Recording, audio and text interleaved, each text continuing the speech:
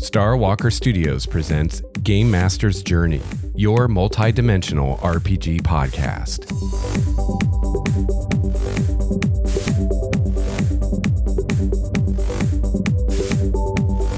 Hello, fellow gamer. Welcome to episode 156 of Game Master's Journey. I'm your host, Lex Starwalker, and on this show, we discuss the craft and art of game mastering. I've been running RPGs for over 25 years now, and I produce this show in the hope that you can benefit from my experience and my triumphs and my mistakes. I've got a great episode for you today. I'm continuing my series on the Dungeon Master's Guide with a discussion of making maps for your campaign. But before I get into that, I want to remind you that I'm running a D&D campaign live on YouTube right now. I'm running currently the Hidden Shrine of Tamawakan, which is one of the adventures in the new book, Tales from the Yawning Portal. And we're going to continue on with some of the other adventures in that book. We've played 4 sessions now, and I stream that every Monday at 6 p.m. Pacific time. So you're welcome to come watch live and hang out with us in the chat room. But if you can't make it live, that's fine. You can see the games later on my YouTube channel. You can find the link to my YouTube channel at starwalkerstudios.com. Now, as I get further into this adventure, the Hidden Shrine, I'm making more and more changes to the adventure, which is as it should be. Most, if not all, adventure designers design an adventure with the understanding and even the hope that you are going to change things about it and make it your own. You know, you're going to take out things you don't like, you're going to add things that you think would be cool and make it your own. And it's kind of funny, you know, when you run a game on YouTube for the masses to watch and more to the point to comment on. It's amazing how many people don't seem to understand that, and they want to point out everything you changed from the adventure or anything that, quote, isn't right. And I changed things on purpose. So I was thinking the other day as I was preparing to run this, you know, that might be something interesting to talk about on the show, kind of from a more general perspective of, you know, how do I take a published adventure and make it my own? What kind of changes do I make to it, and why? You know, probably the most important thing is why. You know, why am I changing this? What am I thinking? And even more specifically for anyone who is or will be running this adventure, you know, what am I doing specifically with this adventure and why? So I don't know if you'd be interested in that. So let me know, because it would definitely be heavy spoilers on this particular adventure, you know, because I'd be discussing the adventure specifically. So it would definitely spoil the adventure for someone who is going to play it. But for GMs who are thinking about running the adventure, or for any GM who doesn't plan on playing the adventure, it could be illuminating and a fun thing to discuss. Now, I did a review of Tales from the Yawning Portal as a whole and talked a bit specifically about the Hidden Shrine of Tamawakan in a previous episode of the show. And I mentioned in that episode that if people wanted me to, I'd be willing to discuss these adventures later, the ones that I run after I run them. So I could do that as part of that discussion. I could wait till we finish the Hidden Shrine, and then I could give a more kind of in-depth spoilery review of it now that I've run it, and also talk about things I've changed and why. Because I have, as I'm running it, I've found issues with it that I didn't notice by just reading through it a couple times before I did the review. So for instance, there are certain areas of the adventure where it's not explained very clearly what's going on, where the way things are described are kind of from a weird point of view. For instance, you know, for the most part, as you're moving through this facility, you're moving from the south towards the north, but yet a lot of places are described as if you're going from the north to the south, which is exactly backwards and is very confusing when you're trying to run it at the table, and just seems like a huge oversight. There are other issues in the adventure that I could talk about. that could be not only illuminating for anyone wanting to run this adventure as, hey, here are some things to look out for if you're going to run this adventure that you might want to deal with, but also could be illuminating for any of us creating our own adventures, whether just for our groups or even if we're going to publish them, the kind of things that you want to avoid. For instance, well, no, I don't want to do a for instance because that would be a spoiler. So let me know if you'd like to hear an episode where I give a more spoiler review of this adventure specifically and where I talk about how I ran it and what things I changed from what's in the printed adventure. Let me know. I'd be happy to do that. It'd probably be at least a couple months because I have to get through it with my group first, but I'd be happy to do that. In the meantime, you can go check out my YouTube channel and you can watch us go through this. We're having a lot of fun with it. Also, speaking of adventures, I have published an adventure myself for D&D called The Trickster's Labyrinth, and you can find that over at starwalkerstudios.com. So I hope that you will check that out. And purchasing that adventure is one of the ways that you can help me out and help support the show. And I appreciate and thank everyone who's purchased it so far. Thank you. All right. So as I said at the beginning, today we're going to talk about mapping your campaign. So let's move on with the show.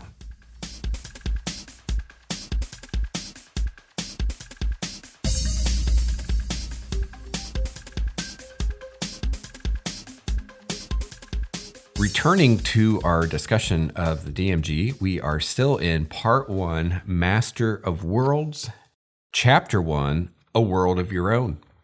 Today, we talk about mapping your campaign.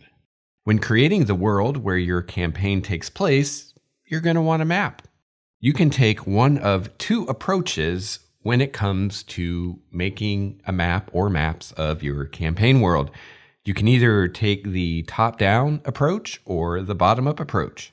Some DMs like to start at the top, creating the big picture of the world at the start of the campaign by having a map that shows whole continents and then zooming in on smaller areas. Other DMs prefer to go the opposite direction, starting with a small campaign area that is mapped at a province or kingdom scale, then zooming out as adventurers take the characters into new territory. So let's talk about this a minute. You know, as this says, there are two basic approaches to this, which is not to say that you have to choose one or the other. You can do a combination of the two or do different approaches at different times. But let's just take a minute to think about these two approaches and some benefits and drawbacks to these different approaches. I think a big thing to consider and a question to ask yourself when deciding which of these two approaches to take is, how soon do I want to be running a game in my world I'm creating? I think that will be the number one determiner, or could be, between these two approaches, because the top-down approach is going to take more time before you're ready to start running a game. Because you're going to start with maybe a map of the world or a map of the continent or however far you're going to zoom out to start. Usually top-down approach usually people are thinking the world. So they're making a world map showing the continents, and then they're going to maybe pick one of those continents, zoom into that continent, decide where the different nations and mountains and rivers and things like that are on the continent.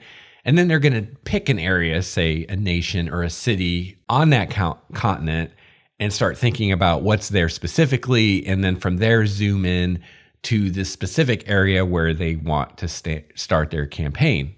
So you see there that there's multiple steps involved before you get to the point where you're making the actual map that you may use in the first few adventures that you run, if you even use a map. But the map that you'll at least be referring to as the DM, whether or not the players have some version of this map or their characters that they can see. On the other hand, if you take the bottom-up approach, you start with that first map that is just where the PCs are in the area around that, and we're going to talk about different scales of maps here in a minute, but this is what we're going to refer to as the province scale, where each square or each hex on the map is a mile.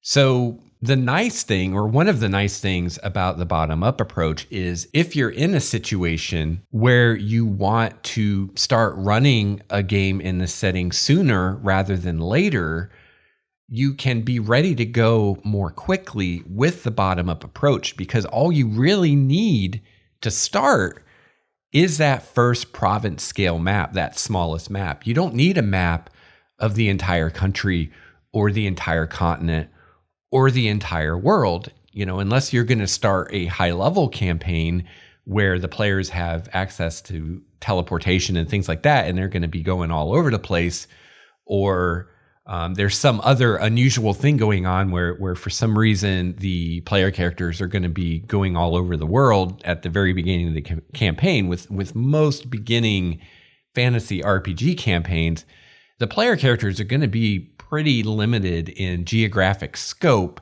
for the first few sessions, at least, of that campaign. And all you're going to need is that one province scale map. So you can nail that down, start running your game, and then in the background, while you're actually running the game, you can be working on the larger areas, what's to either side of my map on the province scale, and where are the different nations or kingdoms or city-states or whatever you have. What do the continents look like? Things like that. So personally, I think one of the biggest benefits of the bottom-up approach is speed between when you decide I'm going to build a world and when you can actually start running a game in that world.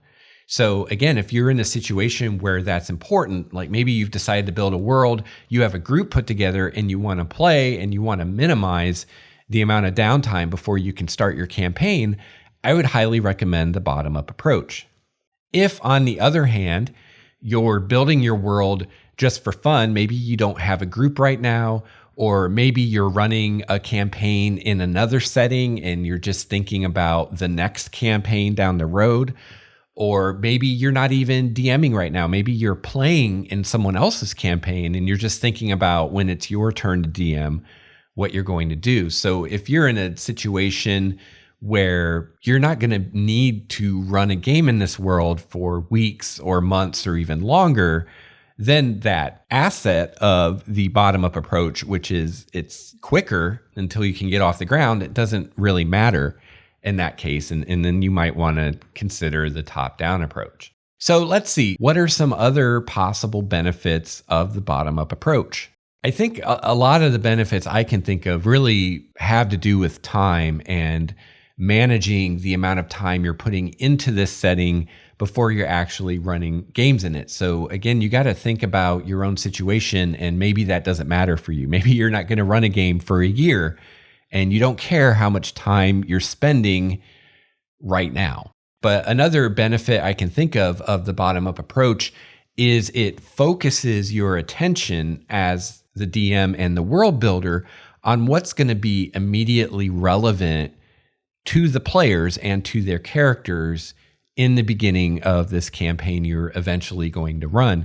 I know something that is often discussed in writing circles as a potential pitfall that writers can fall into is what's sometimes called world builder's disease. So just as a dungeon master who's creating our own setting to run a game in, an author of a fantasy book or even a science fiction book also oftentimes creates a setting for that story. So if you're writing The Wheel of Time or The Song of Ice and Fire, part of your preparation for telling the story you're going to tell is world building, just like what we do for RPGs. And what world building disease refers to is when an author is spending lots and lots and lots of time developing the world, developing setting, fleshing out the, all the different places in the setting and the history and this, that, and the other thing, and is spending too much time doing that and not spending time actually writing the story or the novel that he or she wants to write. And, if we're talking about a fantasy novel, almost any fantasy novel is going to involve at least some world building, if not a lot of world building. So, some world building is required, right? And there's a point at which, you've got to do it. But there does come a point of diminishing returns where you're fleshing out more and more of the world that you don't really need. And that is time that could be better spent writing your book. And as far as, well, how do I know how much of the world I need? I think the answer for that is the same, whether you're writing a book or whether you're creating a world to run an RPG in. And the answer is what you need is what you need to tell the story you're going to tell. So if you're writing a book, you don't really need any more of the world than what you need to tell that story. So if there are things that happened in the history, for instance, that are relevant to the story and inform the story, or things that the characters in the story are going to learn about, then that might be time well spent. However, if what happened 30,000 years ago in the world has no relevance whatsoever to the story that you're telling, then it's kind of a waste of time to think about it unless you just have nothing else to do. If you're a game master, it's the same kind of thing. The same concept applies. What do you need to run the adventures you want to run for the players that you have? So, something that's going on the other side of the world, or even what's on the other side of the world, isn't relevant. It doesn't matter unless it's going to factor into the story somehow. So, that can be an issue with the top-down approach, is it can make you more susceptible to world-building disease because you're spending all this time working on continents where you're not going to be telling a story, or working on time periods where you're not going to be telling a story. And unless those things become relevant during the story or during the campaign, you didn't really need to do that. You could have spent that time working on what is going to be relevant. So one of the problems with world builders disease is wasting time. Another problem is that when you spend time coming up with these elements of your world, whether it's faraway places or faraway times, you tend to want to use those things in some way. With writers, this often takes the form of the dreaded info dump or excessive exposition, where the writer starts giving you a history lesson about the world and it's not relevant and it's long and boring. I'm looking at you, Lord of the Rings. But other books do this as well. Or telling you about different places in the world that aren't relevant. Again, the measuring standard that we use for this is, does this matter to the reader? Does this matter to the story? Does this matter to the characters? And if the answer is no, then not only are you, as a writer, wasting your time doing it and wasting pages, but you're also squandering your reader's attention. And a lot of people aren't going to sit there and read pages of exposition that aren't relevant.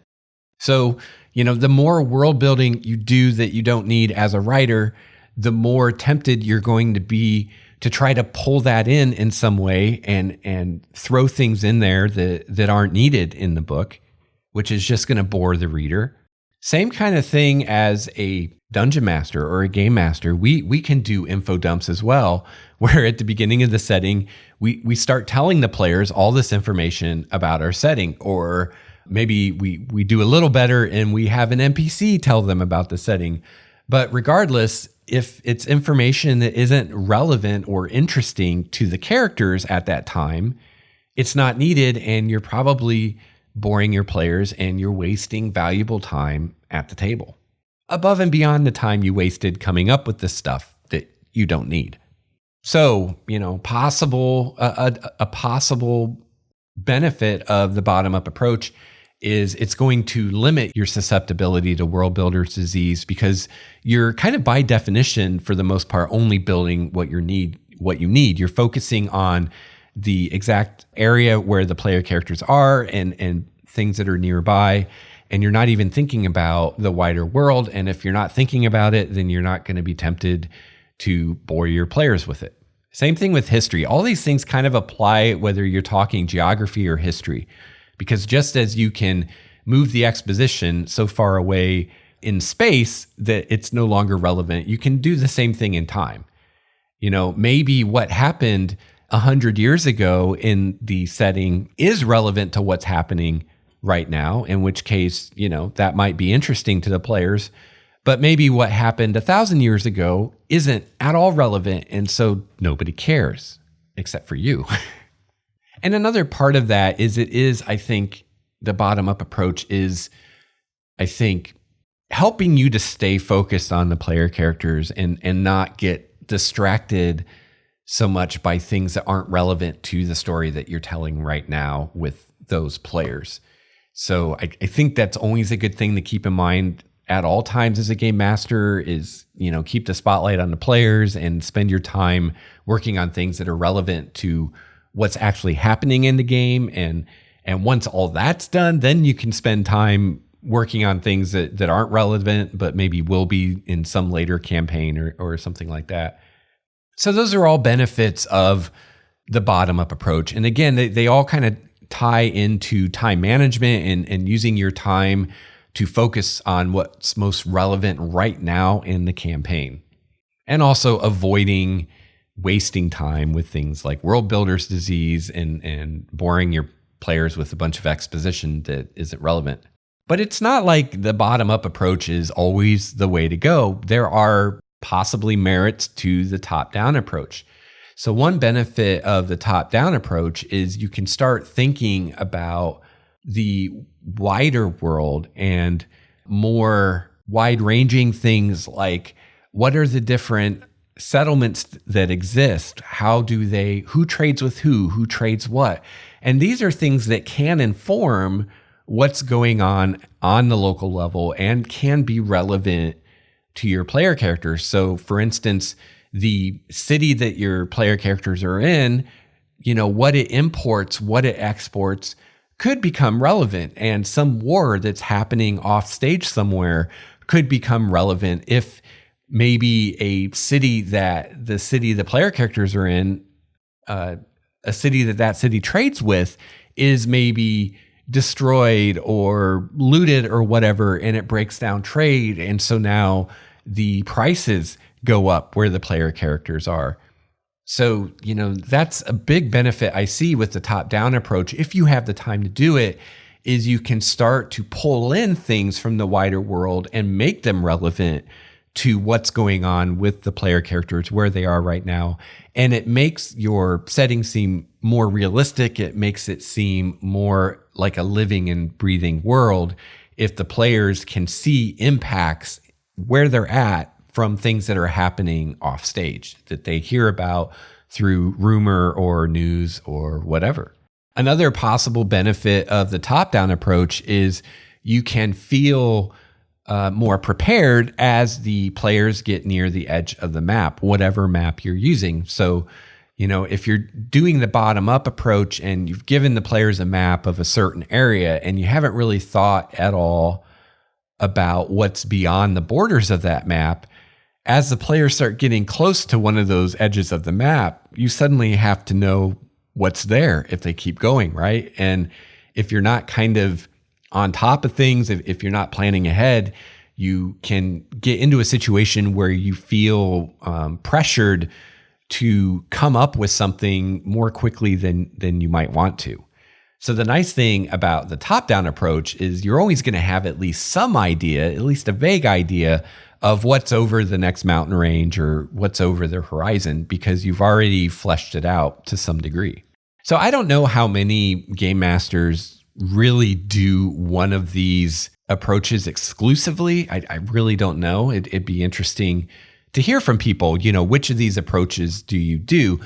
I can only speak for myself, and personally, I kind of do a combination of the two. I definitely, when I started Primordia, I did start initially, I wouldn't say I took a top-down approach as far as mapping. I still have, as of yet, not made any world maps of Primordia. I don't have a map of the world showing the continents.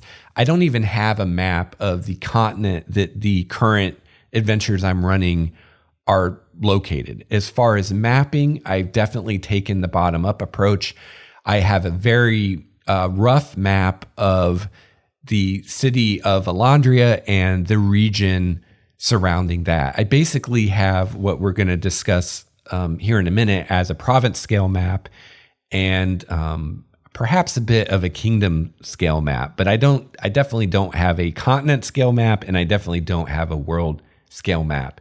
So as far as mapping, I've completely been doing bottom-up approach so far. However, as far as the concepts of my world and, kind of what the world is in general, I've started with a top-down approach. And really, this is how it's presented in the DMG as we've been discussing. We started out with the basic assumptions of your world, things like how much magic is there, how present are the gods, how old is your world, how well known is your world, which are very, kind of top-down questions. So, today we're talking about mapping as far as this top-down, bottom-up thing. But I think those methods also apply to other aspects of world building beyond mapping. So me personally, I started kind of top-down as far as, what is my world overall? What are those basic assumptions? What are some things that make my world different from your average D&D world? So things like my planar rifts that open more often than in a lot of D&D worlds. My recent cataclysm, which itself is, of course, a cliche in fantasy, but, not every cataclysm is the same thing. So my cataclysm was these rifts opening much, much more often, like all the time, everywhere, and led to the retreat of humanity and presumably the other races to a very small number of cities that are ancient cities that are protected by these magical force fields that were built with ancient magics that are no longer known. So that's another thing that makes my world maybe a little different from other D&D worlds. The fact that it's on a super Earth and that it's in a binary star system and that the suns are red and blue and that it's much closer to the center of its galaxy. So the night sky is very different with many more stars in the sky than what we would see here on Earth. So those were kind of some high level ideas to try to make the world unique, kind of put a different spin on it, but at the same time, still keep it kind of your recognizable D&D world. And once I had those kind of concepts set, then I, just like we're going into DMG, I started thinking about the mapping. And as soon as I got to that point, it's been all bottom up at this point. So I guess I kind of misspoke earlier because I was kind of thinking of world building as a whole. It's been a combination. But as far as the mapping specifically, at least so far, it's been completely bottom up for me. This is Matthew Colville, and you're listening to Game Master's Journey.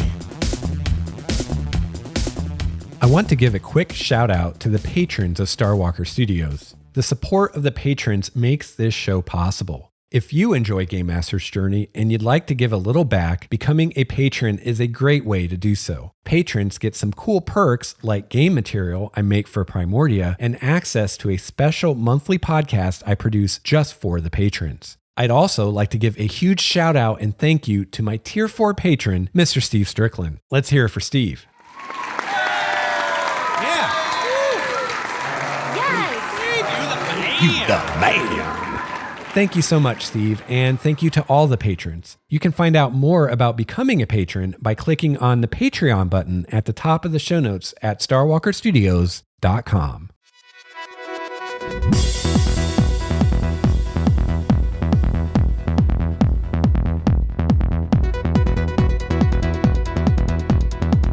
So let's continue on going through what the DMG says here. So it says, whichever approach you take, whether it's the bottom up or the top down approach, hexes work well for mapping outdoor environments where travel can go in any direction and calculating distance might be important.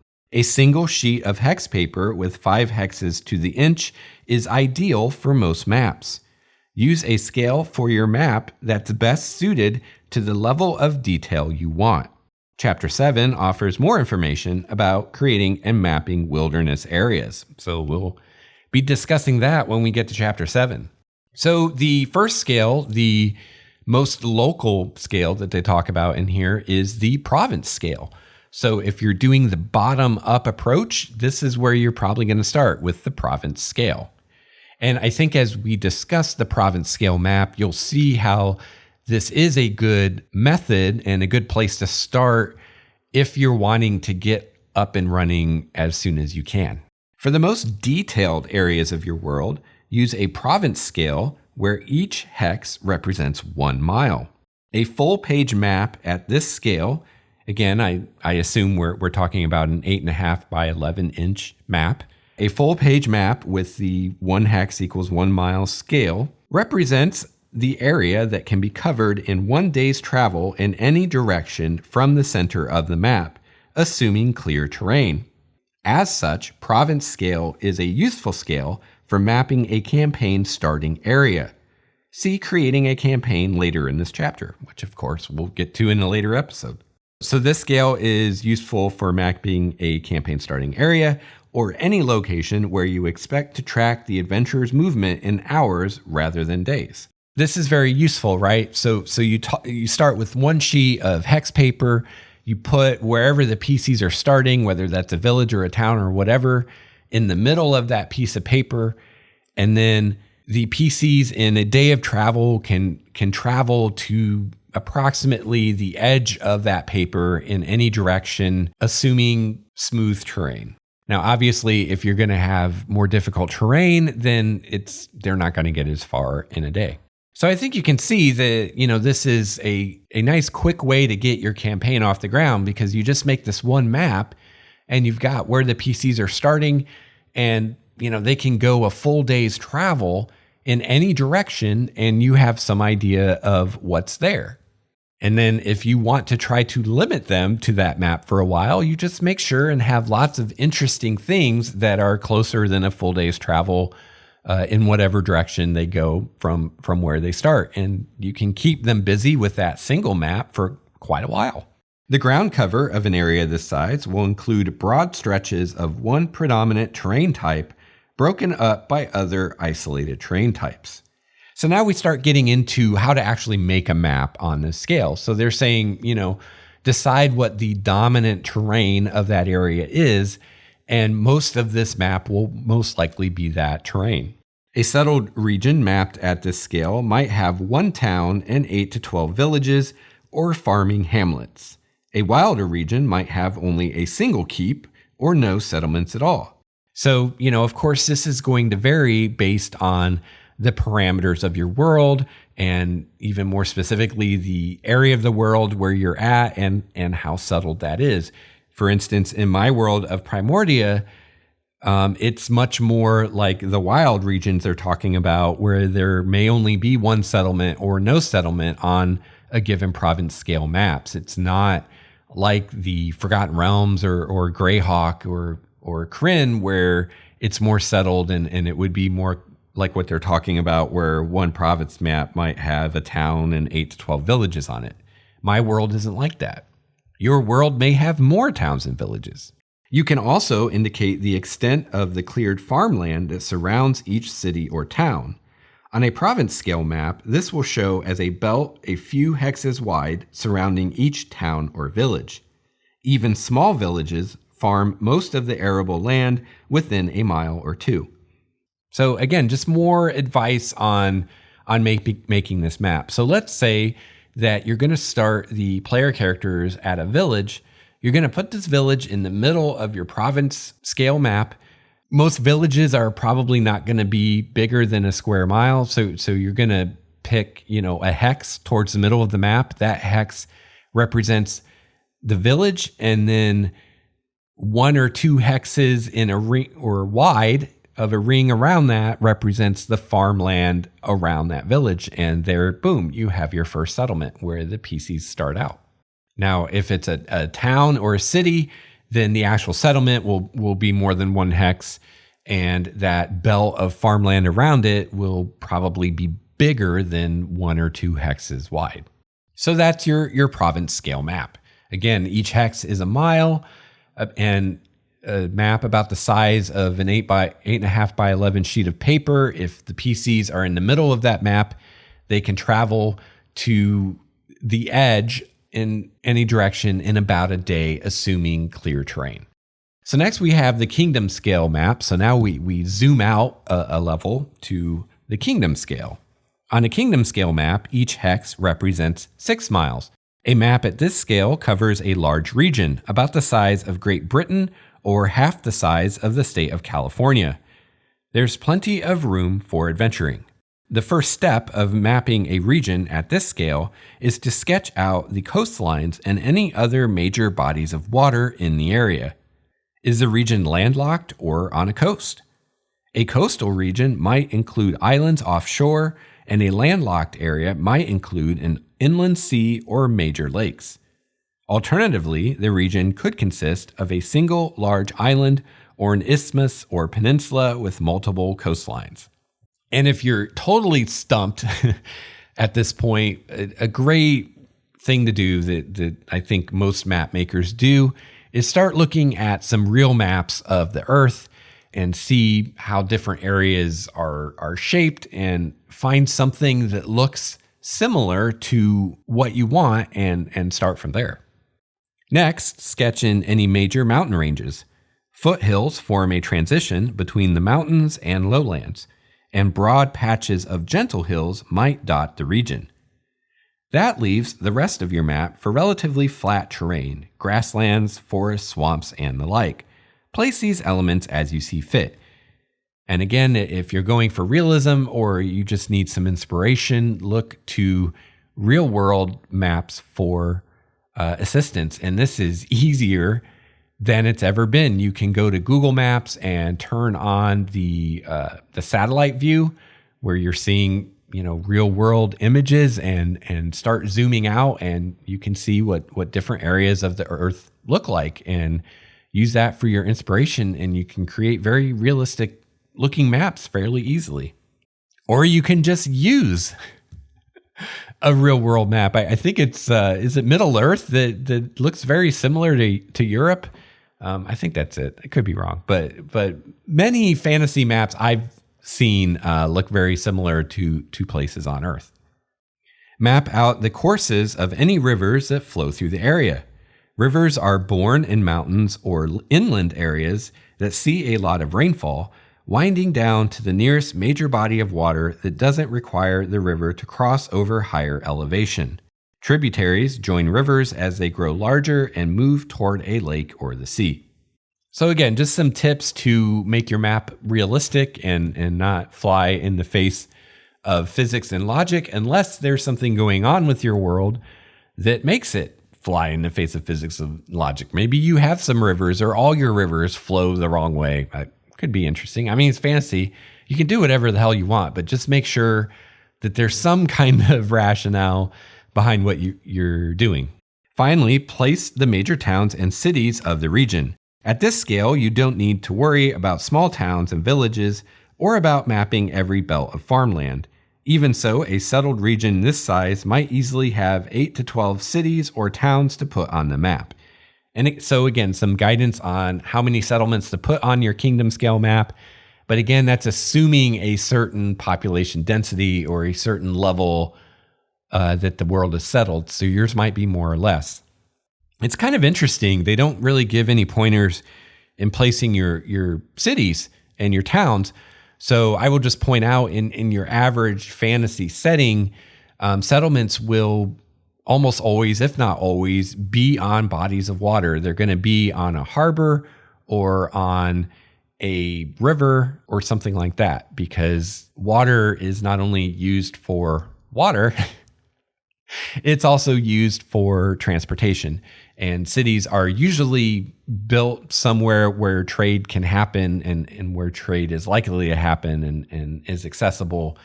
So, think about that when you're placing your cities. Great places are areas where multiple rivers converge, or at the mouth of a river, or where a river opens into the sea, or in a harbor along the sea. Or if you have an inland sea like the Mediterranean, then there would most likely be settlements around the shore of that sea. And again, people can trade along the rivers by boat. People can trade along the coast by boat. So that's where trade happens. And just like in the modern day, you see cities on major highways and earlier on railway lines, if I can say that. Back in the day, before trains and automobiles, it was waterways. And if you are going down the rabbit hole of creating these maps, I highly recommend that you get on Google and do some research. There are a ton of resources out there for you to help you making maps. A key word you want to use is the word cartography. That is the word for making maps. And you could probably Google RPG cartography and find lots of things specific to making maps for RPGs. And there's just limitless resources out there, tutorials, YouTube videos, all kinds of stuff to help you make maps. So like I said, there are infinite, it seems like, resources for cartography out there. And I haven't gotten super deep into map making myself yet, but one that I will recommend to you, and I will put a link to this in the show notes over at starwalkerstudios.com, is the Cartographers Guild. And this is a forum for cartography enthusiasts. And everything you need is really on this one website. You can join the forum and ask questions. There are lots of informative posts on there to help you along, lots of links to videos and just all kinds of stuff. So if you're brand new to making maps and you don't know where to start, go to cartographersguild.com, or like I said, I'll have it linked in the show notes at starwalkerstudios.com, and start there. They have lots of stuff specific to RPGs. You can even get down into genre, whether you're wanting to map sci-fi or fantasy or whatever, even real world stuff, and discussions of different techniques and methods, whether you're wanting to hand draw maps or paint maps or use software to create your maps, anything from Photoshop or GIMP all the way to programs like Hexographer or Campaign Cartographer or whatever you want to use. So definitely, if you're just dipping your toe in and you want to know where to start, I highly recommend the Cartographers Guild. All right, so we had province scale map, which is, the map you would actually use in an adventure to know where the PCs go next. Zoomed out to the kingdom scale map. And now we're going to zoom out one more time to the continent scale map. For mapping a whole continent, use a scale where 1 hex represents 60 miles. At this scale, you can't see more than the shape of coastlines, the biggest mountain ranges, major rivers, huge lakes, and political boundaries. A map at this scale is best for showing how multiple kingdom scale maps fit together rather than tracking the movement of adventurers day by day. So, the province scale map, you're going to use something like that when, the PCs are traveling for a matter of hours, because they can travel from the center of the map to the edge of the map in about a day, or from one side of the map to the other in about 2 days. So basically the amount of travel that they're going to do in a single game session, province scale map's probably where you want to go. Kingdom scale map is going to be useful for longer journeys where they're traveling for a matter of days or even longer. And then the continent scale map is really just to show you how things fit together, but you're not so much going to use that for actual travel. You're going to be using the kingdom scale map of whatever area the player characters are in. The same process you use for mapping a region at the kingdom scale works for mapping a whole continent. A continent might have 8 to 12 large cities that deserve a place on the map, most likely major trade centers and the capitals of kingdoms. So on this scale, we're not putting villages and towns, we're just putting the biggest cities. And finally, combining scales, so how to use these different maps together. Whichever scale you start with, it's easy to zoom in or out on your maps. At the continent scale, 1 hex represents the same area as 10 kingdom scale hexes. 2 cities that are 3 hexes apart, 180 miles, on your continent map would be 30 hexes apart on your kingdom map, and might define the opposite ends of the region you're detailing. At the kingdom scale, 1 hex equals 6 province scale hexes, so it's easy to put the region covered by your province scale map into the center of a kingdom scale map and create interesting areas around it. And that is a great way to do that, so that way you say, okay, my province map is at the center of my kingdom map. And then no matter what direction the PCs go off of that province map, assuming you're not directing them in some way in a particular direction, you've got plenty of room to go. And you don't have to worry about going to the next kingdom scale map for a while, at least. So I mentioned the Cartographers Guild, and I have some other excellent resources for you when it comes to making these maps. And specifically, I have some links for you to take you to some printable hex maps that you can use to make these maps if you want to make, draw them by hand or make rough sketches. And there are a lot of, you can get all kinds of different kinds of hex paper that you can print out. You can even buy hex paper if you don't want to print it out. But these are really nice. I use these myself, and they're on a blog called Blog of Holding. And this person has created each of these maps at the scales that it talks about here in the DMG. So there is a province scale map, there's a kingdom scale map, and there's a continent scale map. These are in PDF format. You can download them. You can print off, as many copies as you want and draw your maps on those.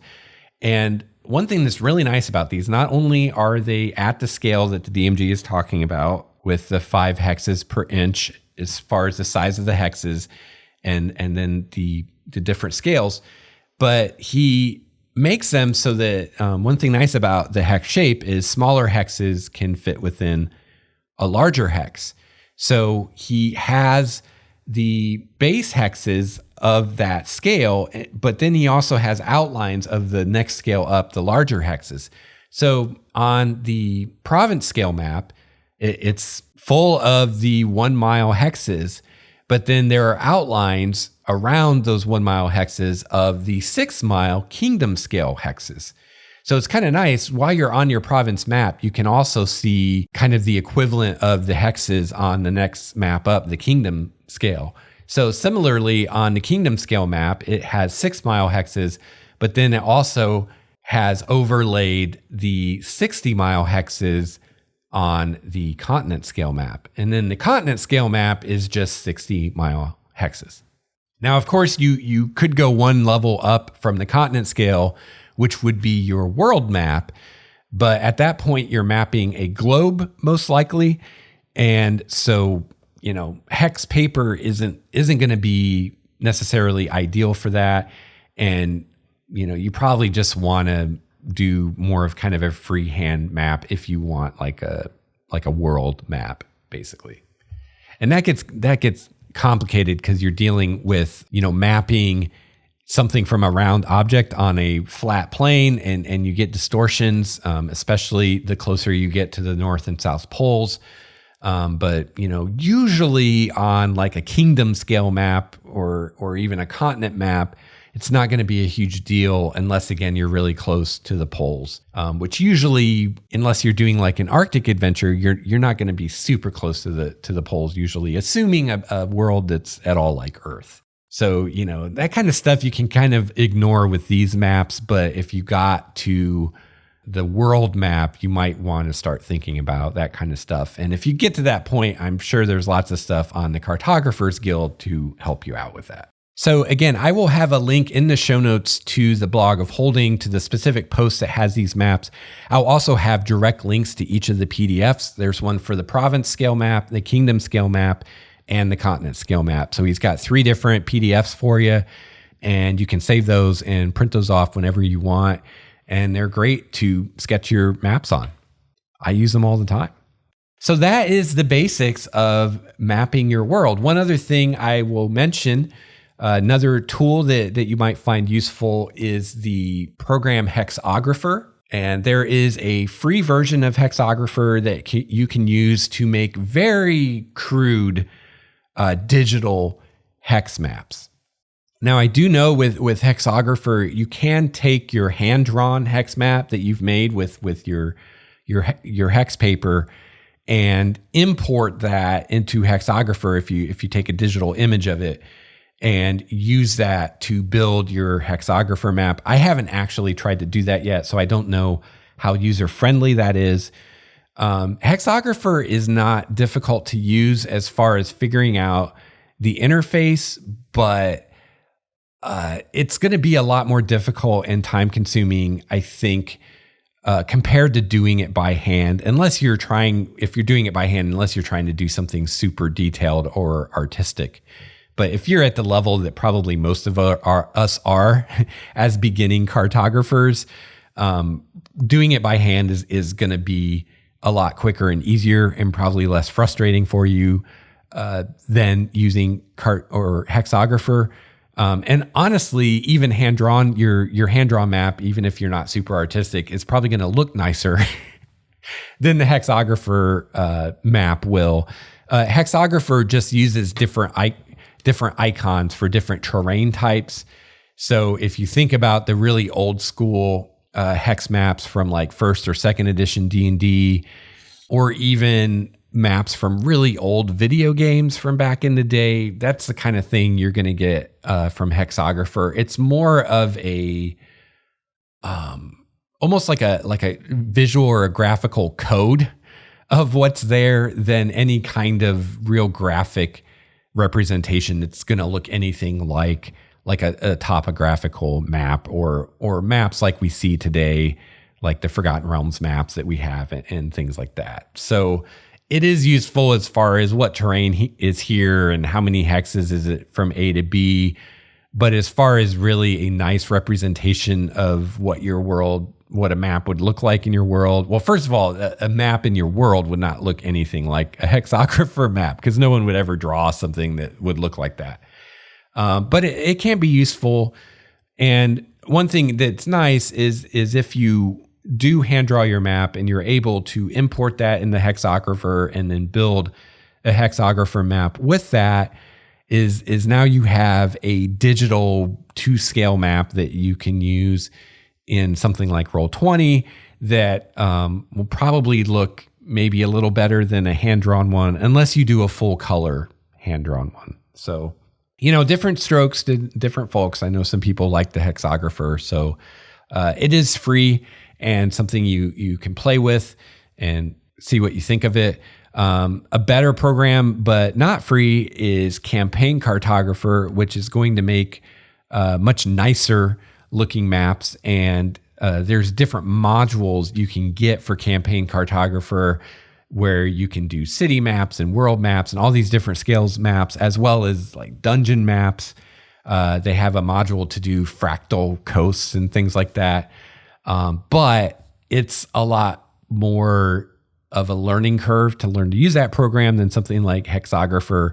I mean, Hexographer, you don't even need to read a manual on how to use it. Like, you can figure it out. It's super simple and rudimentary, but it's super simple and rudimentary. So, there's good and both to that. So, if you want something really nice looking, and you can't, you're not at all artistic, then Campaign Cartographer might be interesting to you, but again, you're going to have to pay for that, and you're going to have to spend quite a bit of time learning to use it. I've been told by people who use it that it has an interface unlike anything else you've used before. So even if you're familiar with something like Photoshop, it's probably not going to be much use to you learning Campaign Cartographer. Now, finally, if you are a like a digital designer, like a web designer or graphic designer, something like that, and you're well-versed in Photoshop, then I know a lot of map makers use Photoshop, and you can go that route. So whichever way you want to go, again, I highly suggest the Cartographers Guild, and they have tutorials for all types of map maker map making, whether you want to use campaign cartographer or you want to use hexographer or you want to do it by hand or you want to use Photoshop or do combinations. I know some people will do a combination of hand drawing or painting and using Photoshop. So there's lots of different ways you can do it, and there's lots of guidance out there to help you along. So I feel like at this point, there's something I kind of have to say, which is don't feel like you have to produce a professional looking map for your campaign. You don't. I mean, you don't even absolutely have to have a map at all. They are very useful just to help you know as a DM what's where. And, when players ask you, how long is it going to take us to get to the next town? Or how long is it going to take to get from Alondria to the fairy forest? You can give them an estimate of that and have, you don't have to remember that. You got it from your map. And if they ask the question again later, you can look to your map again. You don't have to worry about what you told them last time, kind of thing.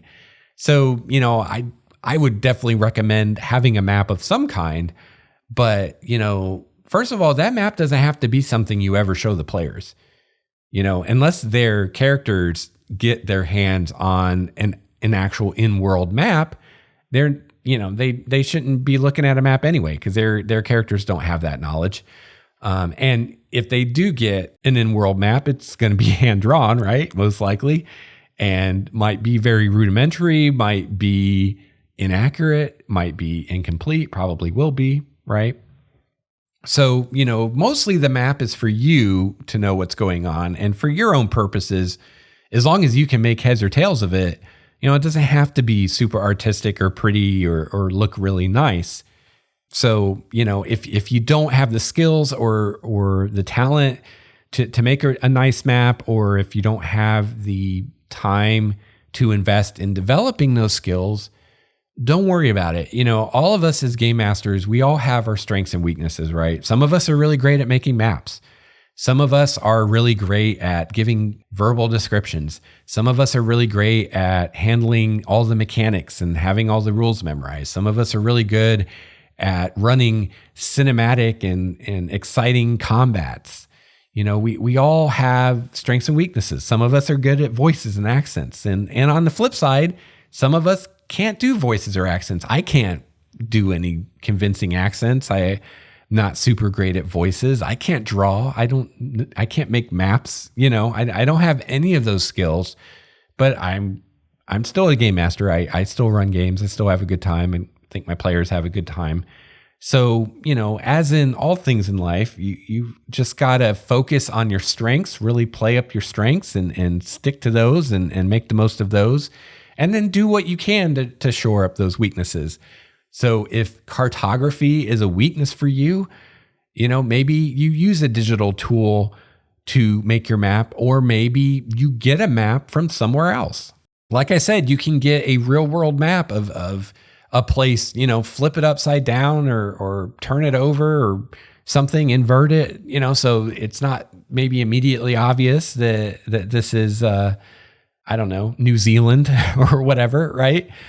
Or maybe not, or maybe, you have enough skills that you can bring that into Photoshop and manipulate it a bit so it looks a little different. Or maybe you just use the map of Europe and run with it. Who cares, right? You've got a map. That's better than not having a map.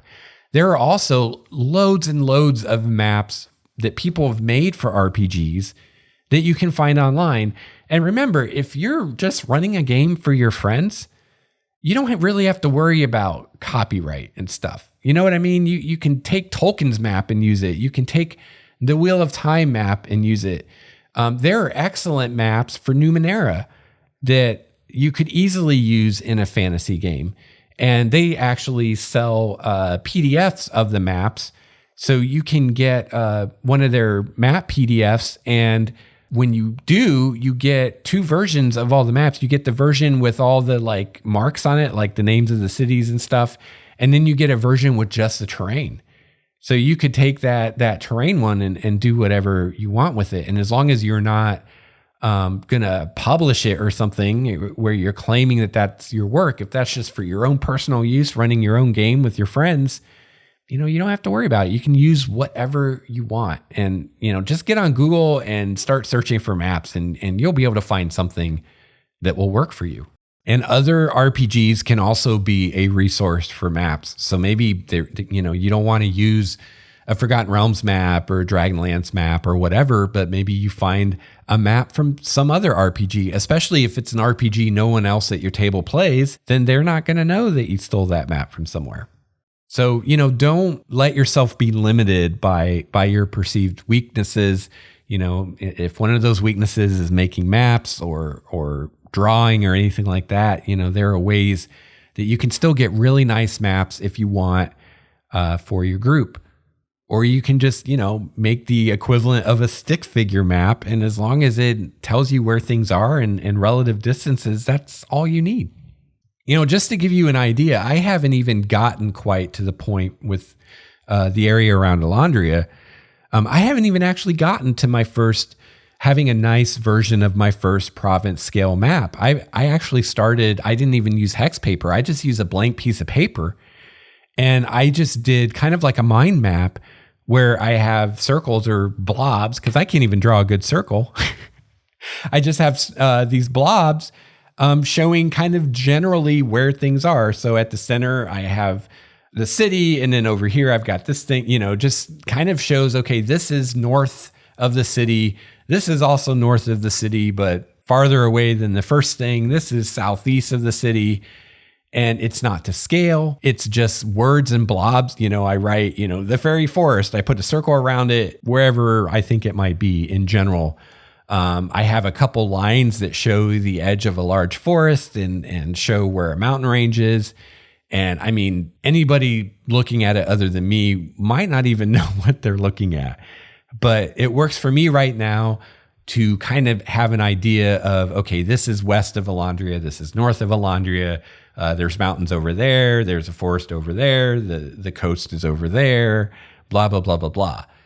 And for me, that's like the first step. And once I'm happy with that, then I go to my province scale and start thinking more like, well, how far in miles is this away? Which hex is this going to be in?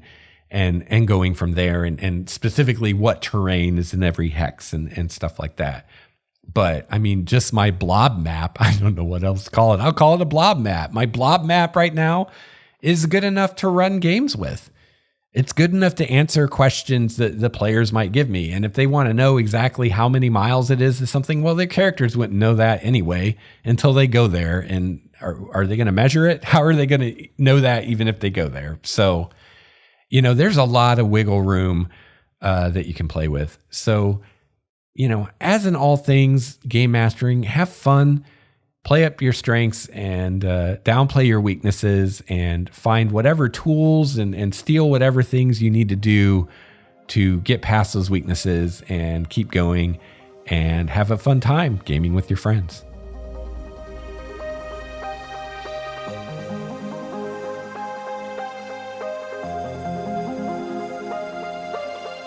Well, it's about time to wrap up episode 156 of Game Master's Journey. I hope you enjoyed our discussion of mapping today. I gave you some resources that you can check out if you're wanting to do some mapping yourself. So you can find all those in the show notes for episode 156 over at starwalkerstudios.com. If you'd like to get a hold of me, you can also find all of my contact information at starwalkerstudios.com. You can find my email address, Twitter, Google+, Facebook, Pinterest, my YouTube channel, all that good stuff. You can also find the Game Master's Journey voicemail number where you can call and leave me a voice message. If your question or feedback is entertaining or enlightening or both, then I'll probably discuss it on the show. And if you leave me a voice message, you might hear your actual message on the show. So if you have any questions, feedback, or suggestions for future topics, I would love to hear from you. Please don't hesitate to get a hold of me. I love hearing from listeners. Also at starwalkerstudios.com, you can find a link to the Game Master's Journey community. You can join our community. It's free, won't cost you anything. And you can shoot the breeze with other listener GMs. You can exchange ideas, share your homebrewed world, ask questions, all kinds of RPG goodness over at the Game Master's Journey community. Also, on the website, starwalkerstudios.com, you can learn about all the great ways that you can help to support Game Master's Journey and keep this show going. Probably the best way is by becoming a patron of the show. Patrons get some cool little perks for supporting the podcast as part of my appreciation. Among them, the Patron Cast, which is a special monthly podcast I do just for the patrons. And sometime in the near future, I'm going to be adding even more patron rewards. I have some cool things in the works, some new things I'm going to do RPG related with Game Master's Journey and with the patrons of Star Walker Studios. So it's going to get even cooler as time goes on. There are other great ways that you can support the show as well. You can make a one-time donation to Star Walker Studios over at starwalkerstudios.com. You can use my Amazon referral link when you shop on Amazon. Won't cost you anything extra, but will help me out immensely. Just click that link when you want to shop on Amazon and just buy whatever you're going to buy. Another great way that you can support Star Walker Studios is by buying my D&D adventure, The Trickster's Labyrinth. You can find all this good stuff and more at starwalkerstudios.com. I hope that you have a chance to play your favorite RPG this week. I hope you have a chance to run your favorite RPG this week. I'll be back soon with another episode of Game Master's Journey. Until then, game on. This has been a Star Walker Studios production, your source for quality gaming and hobby podcasts. This episode's music courtesy of Cloudwalker, Transboy, Renfield, Stanko, and Ish. See the show notes for more details at starwalkerstudios.com/Game Master's Journey.